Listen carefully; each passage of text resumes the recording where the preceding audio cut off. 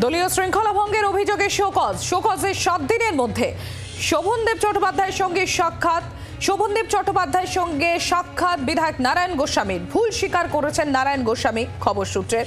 তবে দুঃখ প্রকাশ করলেও বরফ গলেনি, যা জানানোর লিখিতভাবেই জানাতে হবে। তৃণমূল বিধায়ককে জানানো হয়েছে দলের তরফে। শ্রেয়সী গঙ্গোপাধ্যায় আমাদের প্রতিনিধি রয়েছেন আমাদের সঙ্গে। শ্রেয়সী, দেখো, ক্ষেত্রে যে শোকজের চিঠি, সেই শোকজের চিঠি পাওয়ার পরে কার্যত বলা যেতে পারে প্রায় 1 সপ্তাহ পরে সেক্ষেত্রে যিনি শোকজের চিঠি হাতে দিয়েছিলেন সেই শোভনদেব চট্টোপাধ্যায়ের সঙ্গে গতকাল নারায়ণ গোস্বামী তিনি দেখা করেন এবং দীর্ঘক্ষণ কথা বলেন। ব্যক্তিগত আলাপচারিতাতেই হয়েছে, যেটা আমরা জানতে পারছি যে সেক্ষেত্রে তিনি তার সেই মন্তব্যের পরিপ্রেক্ষিতে তিনি নির্দিষ্টভাবে অনুতপ্ত সেই বিষয়টা তিনি জানিয়েছেন। কিন্তু তাকে যেটা স্পষ্টভাবে বলে দেওয়া হয়েছে, যেহেতু তার লিখিত চিঠি দেওয়া হয়েছে, ফলে লিখিত চিঠির উত্তর লিখিতভাবেই তাকে দিতে হবে এবং সেক্ষেত্রে দলের শীর্ষ নেতৃত্বে সেই উত্তরের ভিত্তিতে তার ক্ষেত্রে কি ব্যবস্থা নেওয়া হবে বা হবে না সেই বিষয়ে চূড়ান্ত সিদ্ধান্ত নেবে।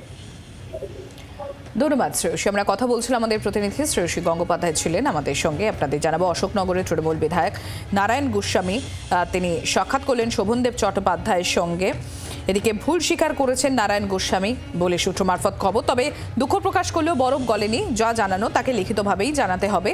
কারণ শোকজ করা হয় তাকে, যেহেতু লিখিতভাবেই তাকে শোকজ করা হয়েছে, সেই কারণে তার জবাবও তাকে লিখিতভাবেই দিতে হবে।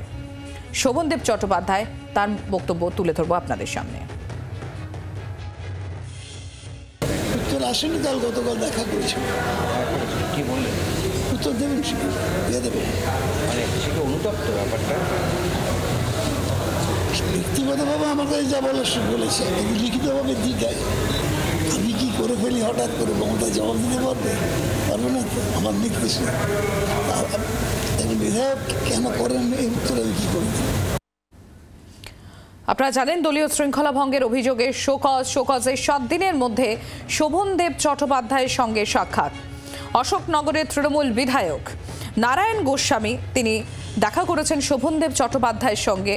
ভুল স্বীকার করেছেন নারায়ণ গোস্বামী বলে সূত্র মারফত খবর। তবে তাকেও লিখিতভাবেই এই শোকজের জবাব দিতে হবে বলে জানানো হয়েছে এবং তারপরেই দলের শীর্ষ নেতৃত্ব যা সিদ্ধান্ত নেবে সেই হিসেবেই তৃণমূল কংগ্রেসের এই বিধায়ক, অশোকনগরের বিধায়ক নারায়ণ গোস্বামীর তারপরে তার ভবিষ্যৎ নির্ধারণ হবে। বাংলার আওয়াজ, বাঙালির আবেগ, জি 24 ঘন্টা।